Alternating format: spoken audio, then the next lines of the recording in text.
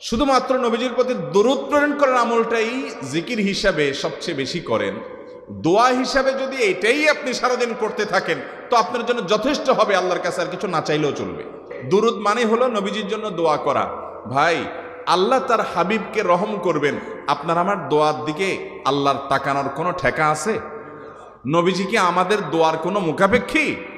কিন্তু আমরা তার জন্য দোয়া করলে ওই চান্সে আল্লাহ তাআলা আমাদের প্রতি অনুগ্রহ করবেন।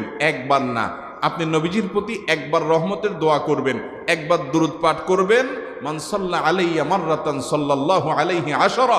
নবীজি সাল্লাল্লাহু আলাইহি সাল্লাম বলেছেন, একবার আমার জন্য তোমরা দোয়া করলে, আমার প্রতি দুরূদ পাঠ করলে, আল্লাহ তাআলা তোমাদের জীবনে 10 বার 10 জায়গায় 10 টাইমস তোমাদের উপর আল্লাহ তাআলা অনুগ্রহ করবেন। আপনি টেরও পাবেন না কত জায়গায় আল্লাহ অনুগ্রহ করেছেন, আল্লাহ বাঁচাই দিয়েছেন, একটুর জন্য শেষ হয়ে যান নাই। ওই যে দুরূদ